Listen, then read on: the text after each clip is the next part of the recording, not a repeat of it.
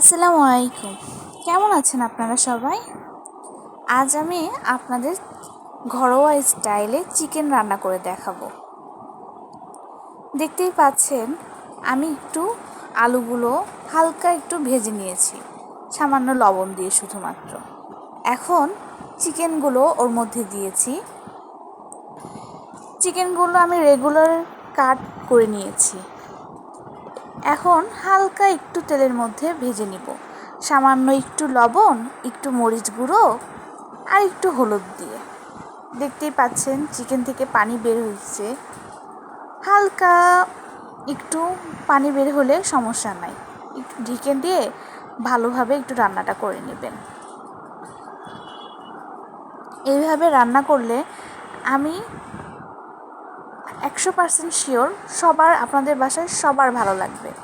আপনারা একবার হলেও এভাবে রান্না করে অবশ্যই দেখবেন কেমন লাগে, আর আমাকে অবশ্যই জানাবেন। কিন্তু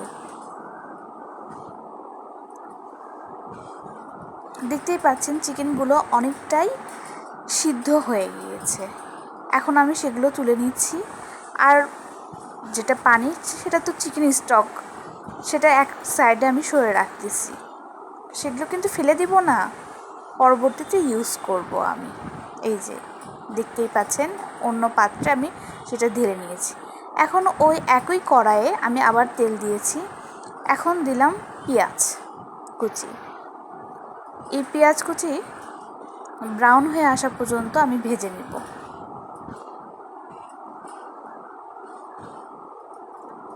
দেখতেই পাচ্ছেন পেঁয়াজটা অনেকটা হালকা লাল হয়ে এসেছে।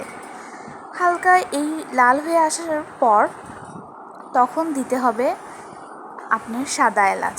তখন যে একটা অ্যারোমা বের হয় না, খুব সুন্দর লাগে এই অ্যারোমাটা। কালো এলাচ দিচ্ছি, তেজপাতা দিচ্ছি, দারুচিনি দিচ্ছি।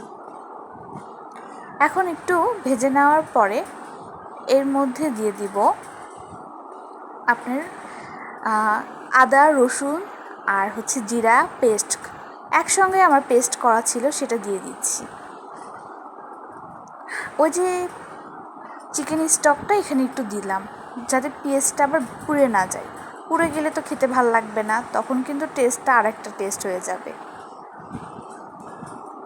এখন একটু কষানোর পরে দেখতেই পাচ্ছেন ওই চিকেনগুলো এর মধ্যে দিয়ে দিব।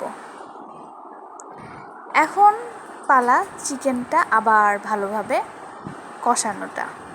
দেখতেই পাচ্ছেন আমি নাড়ানাড়ি করতেছি।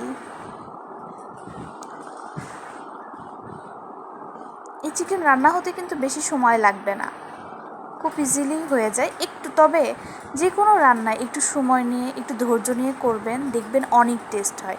তাড়াহুড়োর কাজ কিন্তু কখনোই ভালো হয় না। এখন আমি দিয়ে দিচ্ছি প্রয়োজন মাফিক লবণ, হলুদ আর মরিচের গুঁড়ো।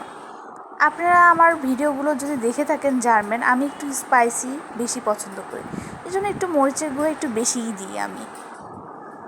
দেখতেই পাচ্ছেন এখন আবার নাড়াচাড়া করে নিচ্ছি। নাড়াচাড়া করে এভাবে একটু কষাই নিব, ভালোভাবে কষানো হবে। দেখবেন যে অটোমেটিক্যালি কালারটা চেঞ্জ হয়ে আসবে। এখন সম্পূর্ণ যে চিকেন স্টকটা ছিল সেটা সম্পূর্ণ ওর মধ্যে দিয়ে দিয়েছি আমি। এখন আরও নাড়াচাড়া করতে হবে ভালোভাবে।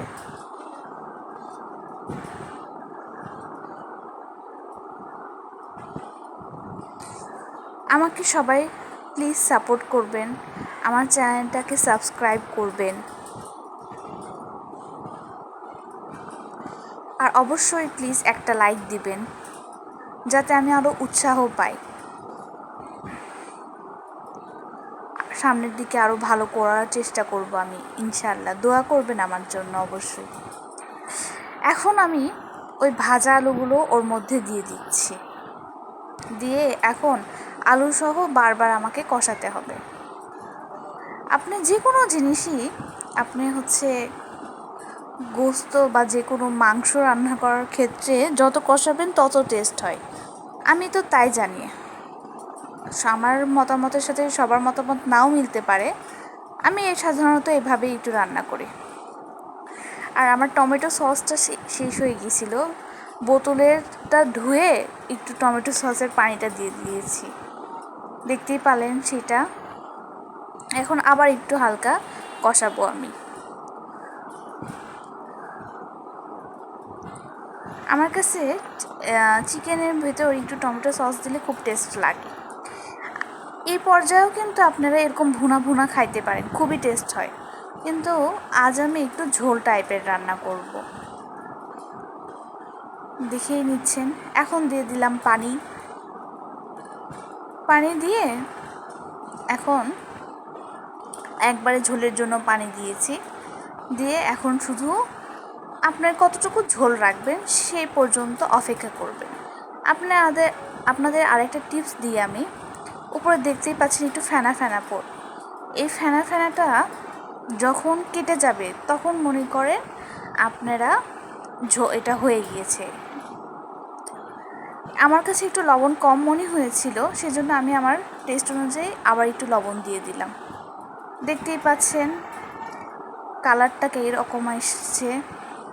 আপনারা এইভাবে অবশ্যই একটু হলেও রান্না করে দেখবেন, অনেক টেস্ট হয়। ভালো থাকবেন সবাই, আমার জন্য দোয়া করবেন। আল্লাহ হাফেজ, আসসালামু আলাইকুম।